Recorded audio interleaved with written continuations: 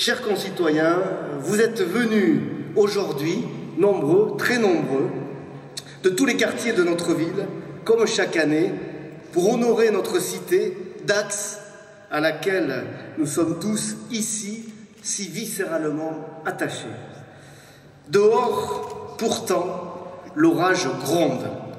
L'orage de l'instabilité gouvernementale, l'orage de la dette galopante, l'orage de la guerre en Europe, l'orage des conflits au Proche-Orient, l'orage du dérèglement climatique.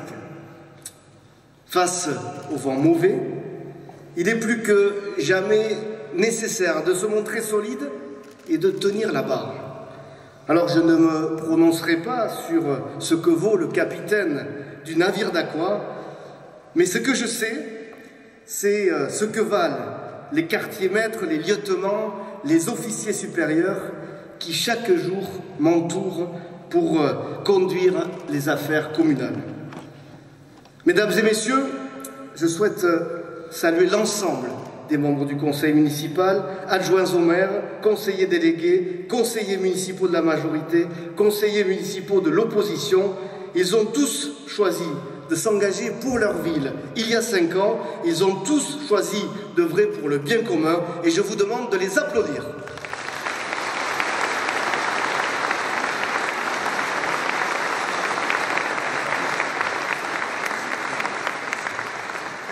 Merci pour eux, je sais qu'ils y sont sensibles.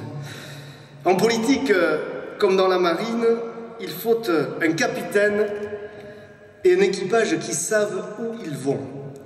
Un capitaine et un équipage qui disent non seulement quel est le chemin, mais aussi et surtout le but de ce chemin. Dax est une ville qui a le privilège de disposer d'une certaine renommée. Sa notoriété est assise dans la France entière. Une notoriété qui dépasse largement ce à quoi notre strate démographique pourrait nous permettre de prétendre grâce à notre eau thermale et à la manière avec laquelle des professionnels reconnus ont su exploiter cette richesse naturelle, grâce aux performances sportives de notre club de rugby, grâce enfin à notre culture, incarnée par nos fêtes qui ont permis d'attirer des générations entières de festivals venus des 4 coins de l'Hexagone.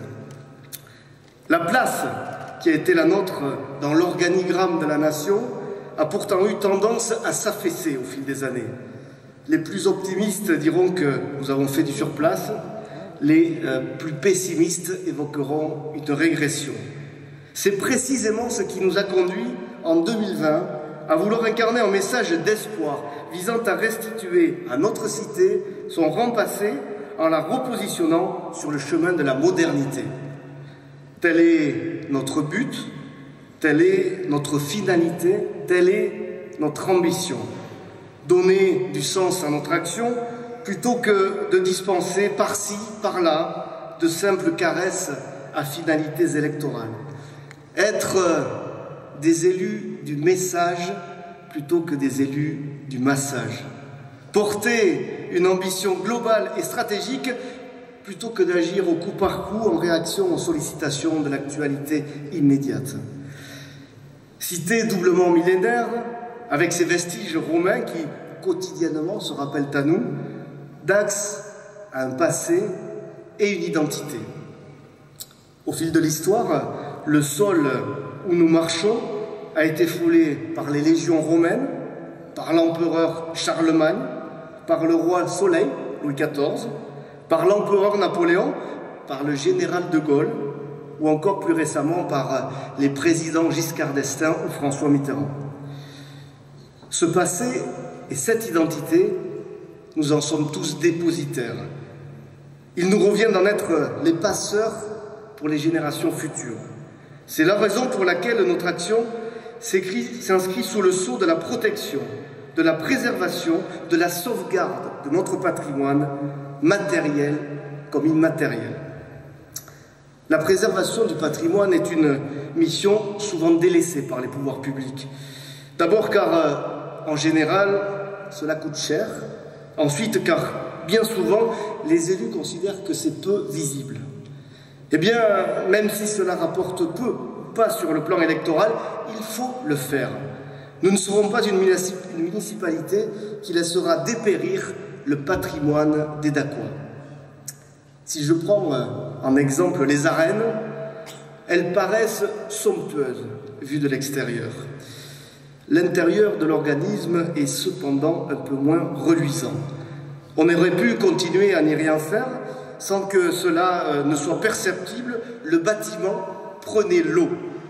C'est plus de 700 000 € de travaux qu'il a fallu engager l'an passé pour restaurer l'étanchéité des arènes. 700 000 €, c'est en moyenne 10% de notre investissement annuel. Et la tâche n'est pas achevée, puisque dans les 2 prochaines années, il faudra envisager une reprise de la structure en béton armé de l'ensemble du bâtiment. En parallèle aux arènes, nous avons, l'an passé aussi, procédé à la restauration de la toiture de la chapelle des Carmes. Nous sommes également intervenus sur l'un des bâtiments emblématiques de notre patrimoine art déco, l'atrium, dont la façade était particulièrement défraîchie. C'est 400 000 € de travaux qui ont été consacrés. Nous avons déménagé l'école d'art plastique dans des locaux neufs. Enfin, toujours en 2024, nous avons achevé la restauration de notre basilique antique. Là encore, quand nous avons été élus, cette basilique prenait l'eau et de partout.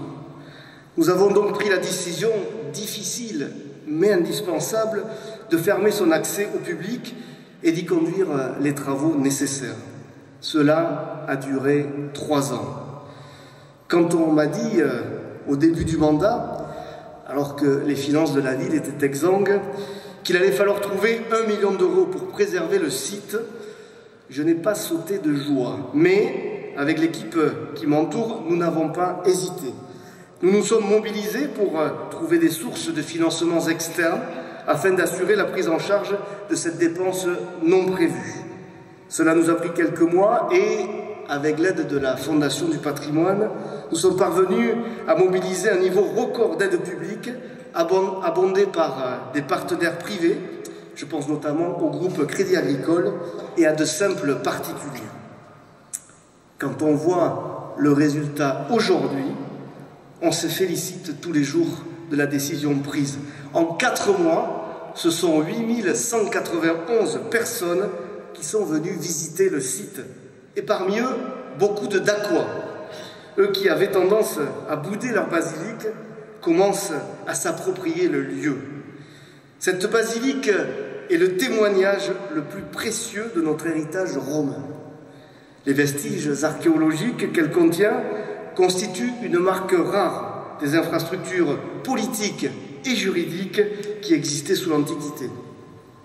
En ce lieu, je le rappelle, se trouvait au 1er siècle après Jésus-Christ une basilique de nature civile, lieu public de rencontre abritant les activités commerciales, bancaires et judiciaires.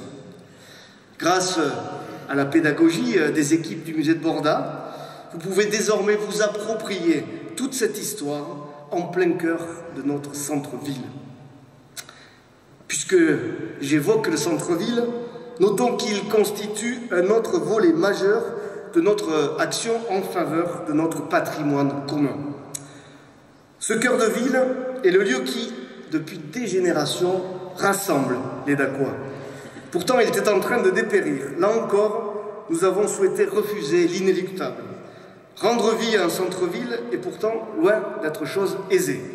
En témoignent tous les centres-villes qui se meurent en région Nouvelle-Aquitaine ou ailleurs. En 4 ans, nous avons déjà refait à neuf plus de la moitié du plateau piétonnier.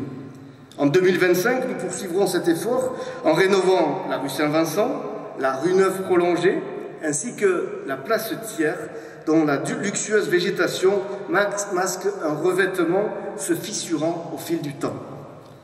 En parallèle de notre action, le département a refait le vieux pont dont il est propriétaire.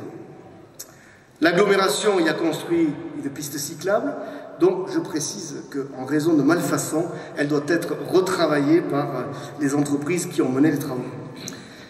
Ces aménagements améliorent dans la durée la desserte du centre-ville et vont dans le bon sens. Mais renouer avec l'attractivité nécessitait qu'on aille encore plus loin. C'est la raison pour laquelle nous avons œuvré à un embellissement d'ordre esthétique à travers la mise en place de ciels de rue que nous allons poursuivre en 2025, ainsi qu'au travers d'une politique de végétalisation volontariste. Des grands pots colorés, que vous avez sans doute remarqué, ont été installés dans chacune de nos rues, doublés de petits pots devant chacune des devantures commerçantes qui nous en faisaient la demande. Le résultat est, je crois, au rendez-vous de nos espérances.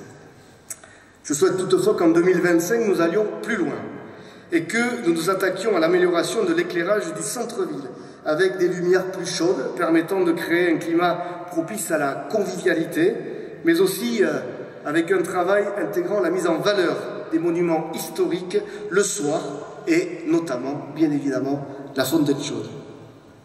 Je souhaite aussi que cette nouvelle année nous permette d'améliorer le fonctionnement du parking Chanzy qui n'est pas satisfaisant. Nous y menons les travaux nécessaires pour y fluidifier la circulation avec la création d'une entrée supplémentaire avec également une lecture automatique des plaques d'immatriculation qui permettra d'éviter que les abonnés, les usagers de courte durée se voient imposer la contrainte du passage par la borne. Enfin, ce travail multiforme sur le centre-ville ne serait pas complet si nous n'agissions pas sur l'habitat. C'est là un travail plus complexe, car il s'agit de susciter des évolutions sur des espaces privés dont nous ne sommes pas les propriétaires. Il faut donc convaincre ces derniers pour qu'ils investissent, restaurent, embellissent. Petit à petit, notre travail commence à porter ses fruits. Quand nous voyons l'opération menée rue de la Halle, à côté de la Caisse d'épargne, sur la rénovation de l'ancien presbytère par le groupe Massiflore, ou encore celle de notre opérateur sur un immeuble de la rue Saint-Vincent, nous nous disons, voilà une belle illustration de ce que nous attendons de la part d'investisseurs à Dax. Non pas se comporter en simple tiroir-caisse, mais être capable d'apporter du beau à la collectivité et du confort aux futurs occupants. À cet égard, je le dis aux propriétaires du centre-ville, malgré nos sollicitations, beaucoup d'entre eux continuent à faire la sourde oreille. Beaucoup de logements restent dans un état vétuste, dégradé, alors même que les capacités financières existent. Ça n'est pas acceptable. Les pouvoirs publics, que cela soit le Grand Dax, l'ANA ou la ville de Dax, mettent des moyens financiers pour vous aider à rénover vos logements. Ces moyens, s'ils ne sont pas utilisés, ne seront pas maintenus éternellement. Il est encore temps de les mobiliser aujourd'hui, mais nous nous interrogerons sur leur maintien si les propriétaires attendent l'extrême limite pour agir. À cet égard, autorisez-moi à saluer l'évolution en cours sur un immeuble emblématique de l'avenue Saint-Vincent-de-Paul. Je veux parler du Goya. Depuis plusieurs années, cet immeuble situé à l'entrée du centre-ville est problématique. Logement intérieur dégradé, façades abîmées, isolation thermique dépréciée, insécurité générée. Avec l'agglo, nous avons pris le taureau par les cornes pour susciter une restauration immobilière. Le sujet est complexe car les sommes en jeu ont été évaluées à 4,5 millions d'euros pour les copropriétaires.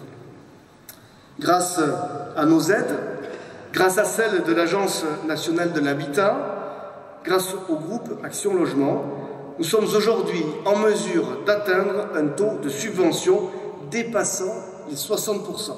C'est du jamais vu, tant bien que lors de la réunion que nous avons eue avec eux, pour la première fois, les copropriétaires ont semblé prêts à s'engager sur des travaux d'ampleur. Ce soir, comme je l'ai fait lors de cette réunion, je leur dis banco, cette opportunité ne se représentera pas. Nous avons la perspective, grâce à la mobilisation des pouvoirs publics, que dans les 18 mois, le Goya soit réhabilité. Alors, il faut y aller. Faisons évoluer ensemble cette entrée de ville qu'est l'avenue Saint-Vincent-de-Paul. Agir pour le patrimoine, c'est aussi et bien sûr se mobiliser pour sauver notre cathédrale. Là encore, au fil des ans, on a laissé le temps faire son œuvre. Le diagnostic que nous avons commandé est hélas sans appel. Des travaux de réhabilitation sont indispensables. Travaux de charpente, de couverture, de maçonnerie, d'étanchéité, de chauffage, d'électricité. J'arrête là la liste, mais le tout est chiffré à 24 millions d'euros. 24 millions, je rappelle que le budget annuel des investissements de la ville oscille selon les années entre 7 et 9 millions d'euros. Il va donc falloir planifier ces travaux sur plusieurs mandats. Il va donc falloir se mobiliser pour trouver des cofinancements conséquents. Si on ne vient pas en aide aux communes, ce patrimoine religieux consubstantiel à notre identité française disparaîtra. Beaucoup de maires diront « Je ferme l'église du village pour des raisons de sécurité, car je n'ai pas les moyens de payer l'ensemble des travaux. » Combien oseront entreprendre ce qu'a réalisé le maire de Tétieux, Alain Dubourdieu, qui est dans la salle, dont l'église, fermée depuis 2016, vient de rouvrir grâce à une mobilisation exceptionnelle de la mairie, des Titiliens et de donateurs privés. Le débat lancé par la ministre de la Culture sur le paiement des visites touristiques dans nos grands édifices religieux est légitime. Notre-Dame a largement bénéficié de la générosité nationale. Il est logique qu'en retour, elle vienne en aide au patrimoine religieux plus modeste qui est celui de nos communes. Quoi qu'il en soit, et comme Monseigneur, nous ne voulons pas finir au purgatoire, nous ne laisserons pas la cathédrale de Dax se consumer à petit feu et des premiers travaux sont d'ailleurs programmés dès cette année. Au cours de cette première partie de mon propos, j'ai longuement évoqué notre patrimoine bâti. Mais le patrimoine d'une communauté humaine dépasse, comme chacun le sait, cette simple dimension. L'identité dacquoise est depuis l'époque romaine consubstantielle d'un bien particulièrement précieux, l'eau. Cette eau que nous chérissons tant quand elle est chaude et qu'elle vient faire vivre notre tissu thermal, cette eau que nous redoutons tant lorsque pointe l'hiver et que se dessinent les crues de l'Adour. À cet égard, la manifestation brutale du dérèglement climatique survenue à Valence il y a quelques semaines, à quelques centaines de kilomètres de chez nous, nous montre combien la catastrophe n'arrive pas qu'aux autres. Il y a 3 ans, nous avions initié au Grand Dax une politique d'investissement lourde pour améliorer la protection contre les crues. Politique, là encore, relativement invisible, sauf, c'est vrai, lorsqu'on ferme durant 3 mois l'avenue des Tuileries. Nos digues sont ainsi progressivement, les unes après les autres, renforcées. Je souhaite que cet effort, soutenu par l'État, soit poursuivi en 2025, tout comme nous continuerons d'agir de manière plus globale en faveur de la sécurité au travers de la vidéoprotection. Et puisque je parle de l'eau et de ses dangers, je voudrais aussi en parler de manière plus positive. Notre cité a fait de beaux progrès en matière de ville verte. Des progrès reconnus nationalement au travers, vous le savez, je l'espère, de l'attribution à la ville de Dax d'une 4e fleur, signe de reconnaissance du travail accompli. Mais je souhaite qu'en 2025, notre cité franchisse un nouveau cap sur le chemin, cette fois, de la ville bleue. Je souhaite par exemple que nous réactivions plusieurs fontaines de la ville. Je pense à la fontaine qui se trouve au rond-point reliant l'avenue Georges Chollet à l'avenue de la Gare devant le siège du Grand Dax, car c'est une entrée de ville.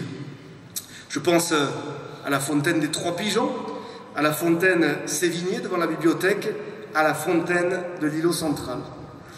Par ailleurs, je souhaite que dans la réflexion et la réfection en cours de la place Thiers, un symbole aquatique soit présent. Je souhaite aussi, nous sommes en train de l'étudier, qu'en prévision de l'été, nous puissions installer des brumisateurs sur des espaces publics où pourront se rafraîchir notamment les enfants. Enfin, je souhaite que notre formidable passerelle qui enjambe la Dour et relie le cœur de ville au Sablard soit restaurée. Les couleurs des poteaux qui parsèment l'ouvrage sont défraîchies, le revêtement n'est plus en très bon état. Nous prévoyons donc, en 2025, de donner un coup de jeune à notre passerelle, voulue et construite sous la municipalité de Jacques Fortet. Ville verte, ville bleue, pourriez-vous dire, vous pourriez penser, en écoutant mon propos, qu'au fond, en cette terre d'Ovalie, du bois perd un peu la boule. Car au fond, il n'y a que deux seules couleurs à Dax, ce sont le rouge et le blanc. Rassurez-vous, certaines couleurs demeureront donc du domaine du symbolique. D'autres, au contraire, déjà bien présentes dans la cité, ont vocation à la colorier toujours plus. Vous l'avez compris, je fais ici allusion à l'une des actions emblématiques menées l'an passé, la refonte du logo de notre commune. Ce nouveau logo, où l'on retrouve le lion d'Aquitaine, la tour de notre ville fortifiée, l'eau du fleuve, nous l'avons voulu en rouge et en blanc. Un rouge et blanc correspondant à l'identité actuelle de notre ville, que cela soit au travers de nos fêtes ou de notre club de rugby. Ce logo, nous souhaitons qu'il infuse dans la ville. C'est la raison pour laquelle, à compter du 17 février prochain, notez bien la date, nous offrirons à chaque foyer d'Aqua un sac de course, un cabas, pour que, lorsque vous sortirez faire vos achats en centre-ville ou dans les grandes surfaces, vous puissiez arborer haut les couleurs de notre ville. Mais nous souhaitons aller encore plus loin dans notre démarche. J'ai ainsi le plaisir de vous annoncer que d'ici l'été, qui laisse un peu de marge d'appréciation, d'ici l'été, nous installerons sur les berges de la Dour un lettrage Ville de Dax avec des lettres géantes comme on en trouve aujourd'hui dans la plupart des grandes villes. Ce dernier permettra à chacun, habitant, touriste, curiste, de se photographier avec un arrière-plan, le Splendide, l'un des autres symboles de notre ville. Ce lettrage sera visible depuis le Vieux-Pont, côté piéton, et il devrait être éclairé la nuit. Enfin, il sera mobile et pourra être déplacé en d'autres lieux au vu et au gré de nos diverses manifestations. Et vous l'aurez deviné par vous-même, les lettres ainsi que notre logo y figureront en couleur rouge, qui a d'ailleurs été reprise sur ce visuel des vœux que vous voyez à ma gauche et donc à votre droite. J'évoquais il y a quelques instants notre club de rugby. Il y a bien sûr de nombreux clubs sportifs qui, dans notre ville, sont formidables. Je pourrais citer les autres clubs omnisports représentés ce soir, que sont la JAD ou la SPTT, ou bien encore chacune des 44 associations qui nous permettent de pratiquer du sport, le sport de notre choix, sur le territoire de la commune. Mais bon, je pense que nous pouvons tous nous accorder sur le fait que ce qu'apporte l'US Dax à la ville en ce moment est exceptionnel. Nous sommes collectivement fiers de ces 3 dernières saisons où, malgré notre maigre budget, malgré les coups du sort et les blessures qui ne nous épargnent pas, malgré, et je tiens à la dire parce que je peux le faire, là on ne peut pas m'arrêter, malgré l'arbitrage qui ne nous est pas toujours favorable, nous parvenons à tenir la dragée haute aux autres équipes. Alors, puisque vous êtes dans la salle, Jeff, Adrien, Xavier, Philippe, je voudrais qu'au nom des Dacois, on applaudisse ce soir nos joueurs et qu'on vous applaudisse à vous aussi.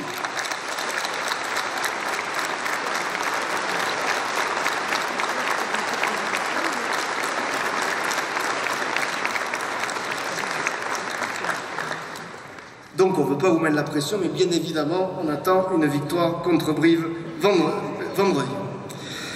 La ville de Dax est heureuse de vous avoir accompagné sur la modernisation de Maurice Boyau, sur les nouveaux vestiaires, sur la pelouse, sur l'arrière de la nouvelle tribune. Et ce n'est pas fini. En 2025, pour améliorer les conditions d'accueil de nos supporters sans cesse plus nombreux, je suis heureux de vous annoncer que nous allons refaire la sonorisation du stade et que nous allons aussi refaire les vestiaires des visiteurs. Cette fois, je n'étais pas tout à fait pour, moi je considérais qu'il était pas mal de laisser les visiteurs dans de mauvaises conditions, mais on avait des risques d'être pénalisés par la Ligue qui est bien souvent pointilleuse. Il faudra donc en passer par là. Agir pour l'identité, agir pour le patrimoine ne doivent pas être cependant la seule matrice de notre action.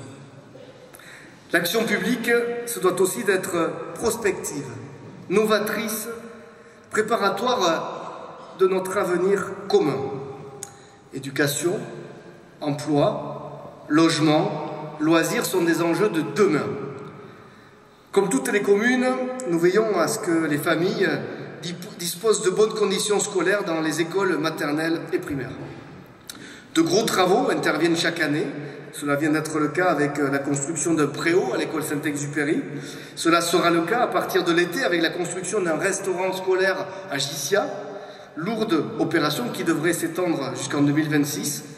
Ou encore avec la réfection d'une partie de la cour de l'élémentaire à Lucie-Aubrac. Des initiatives en faveur de la sécurité dans les écoles seront également entreprises cette année. Mais le gros enjeu en matière d'éducation, car la concurrence entre les territoires est féroce, c'est de parvenir à attirer sur notre bassin de vie des formations d'enseignement supérieur. Cette compétence de l'État, le Grand Dax a choisi de l'accompagner. Vient ainsi d'ouvrir sur notre agglomération un premier master d'État, le master marketing du CNAM, du CNAM. Quelques jours après, nous avons eu le plaisir d'accueillir un BTS opticien lunetier porté par la Chambre des métiers. Dans quelques jours, cela sera au tour de la CCI d'arriver sur Dax en tant qu'acteur de l'enseignement au travers du bachelor tourisme et hôtellerie. Et dans les bonnes nouvelles, je me dois aussi de saluer l'ouverture du nouveau campus du groupe Saint-Jacques de Compostelle, qui est une excellente nouvelle pour tous les étudiants présents au sein de l'établissement. Toutes nos formations, il y en a près de 60 sur le Grand Dax, il faut mieux les faire connaître des Dacois et des Grands Dacois. C'est la raison pour laquelle, dans quelques jours, le 18 janvier précisément, le Grand Dax organisera le premier salon de l'enseignement supérieur avec tous les acteurs qui proposent des formations d'enseignement supérieur sur notre territoire. Je souhaite remercier chaque établissement d'avoir joué le jeu dans des délais très brefs afin que puisse se tenir cette manifestation au moment où se finalisent les choix d'orientation de nos lycéens.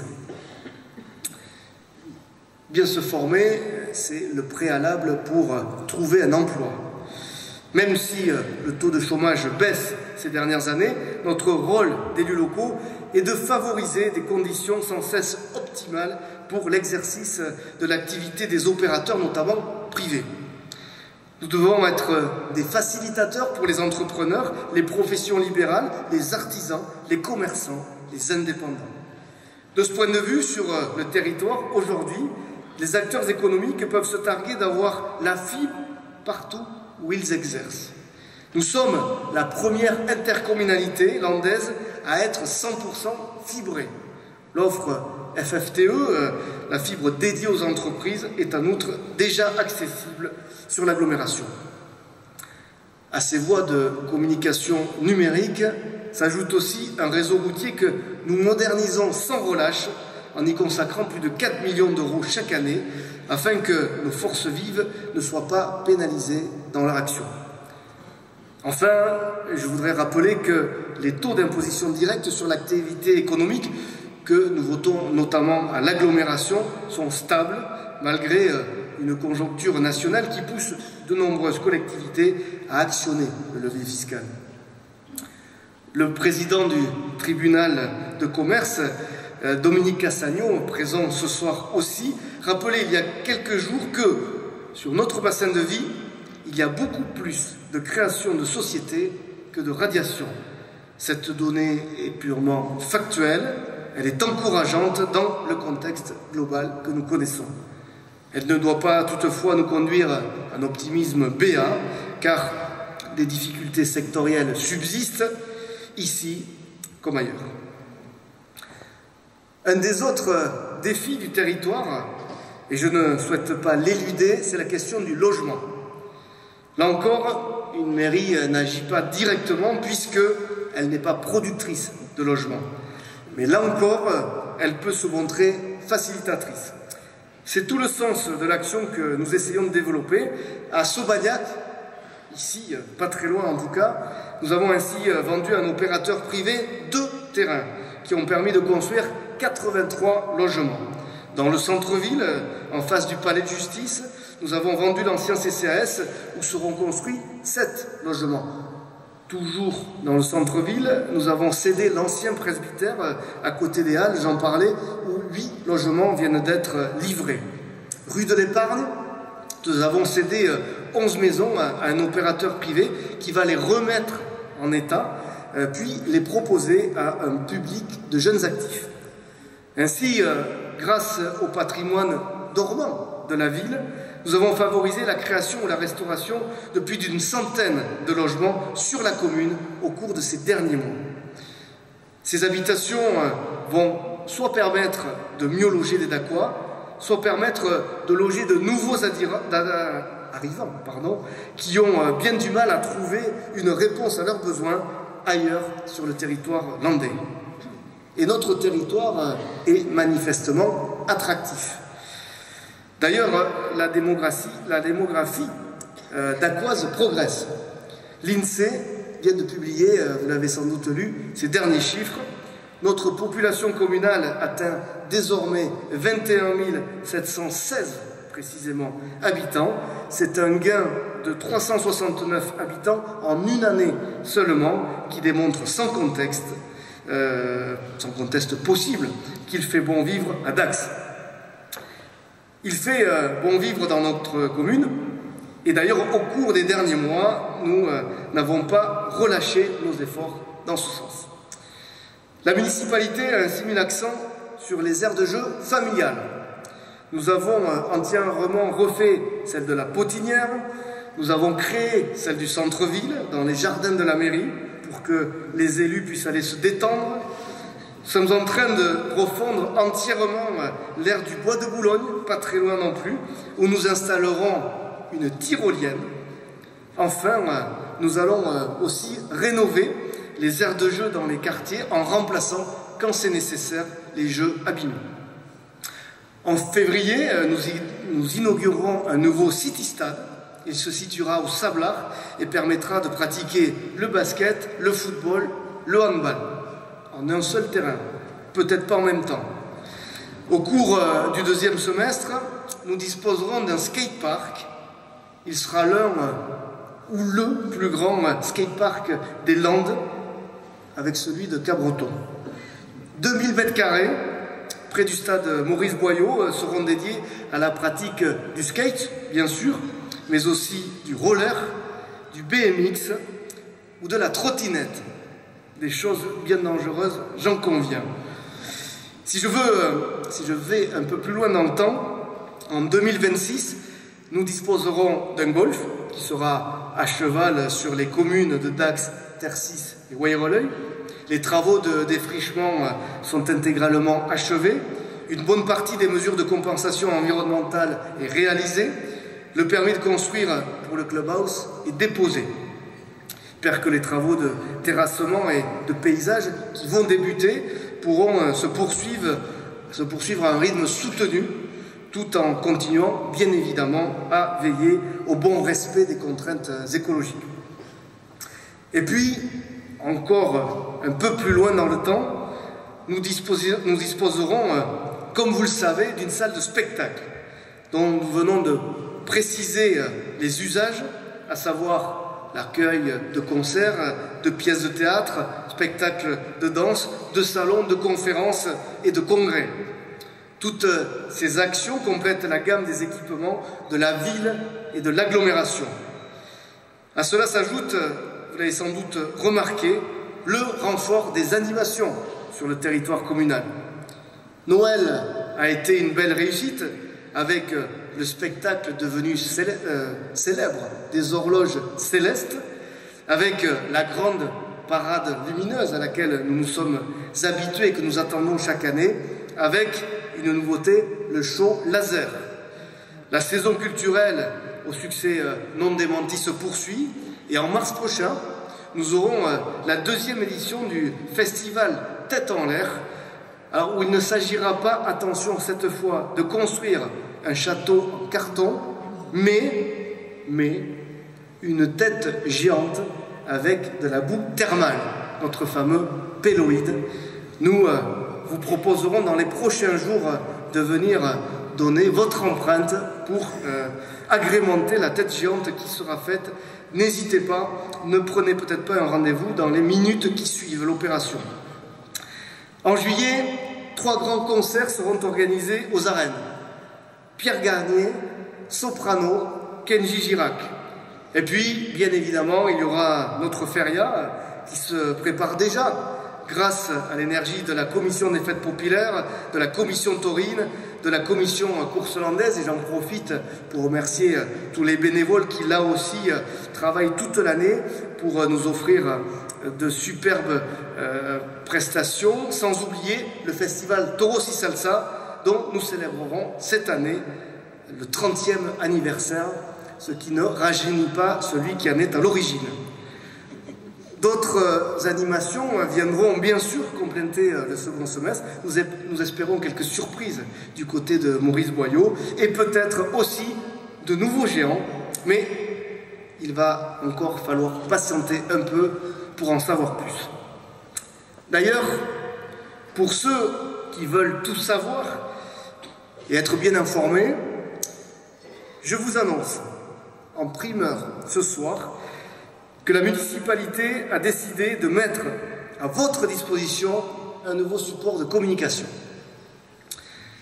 La ville a en effet créé une application mobile qui s'appellera d'accès moins, facile à retenir, application qui va permettre de rendre toutes sortes de services à nos concitoyens. Il sera ainsi possible, depuis son téléphone portable, de prendre rendez-vous pour certaines démarches en mairie, pour refaire sa carte d'identité ou son passeport, d'accéder à l'agenda des manifestations se tenant sur la ville, de payer, et c'est important, certains services municipaux, la cantine, le périscolaire, les places à l'atrium, le stationnement, de recevoir des alertes en cas d'inondation ou de canicule, de consulter les horaires de passage des bus Couralin, d'accéder aux principaux points d'intérêt de la ville quand on est touriste, etc., etc.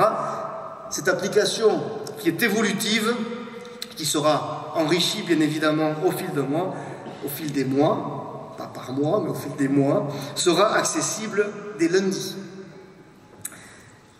Mesdames et messieurs, au moment de conclure mon propos, je ne voudrais pas oublier de vous dire que l'année qui s'ouvre va aussi voir une évolution de l'éclairage public sur tous les grands axes routiers de la ville avec l'installation vertueuse de LED.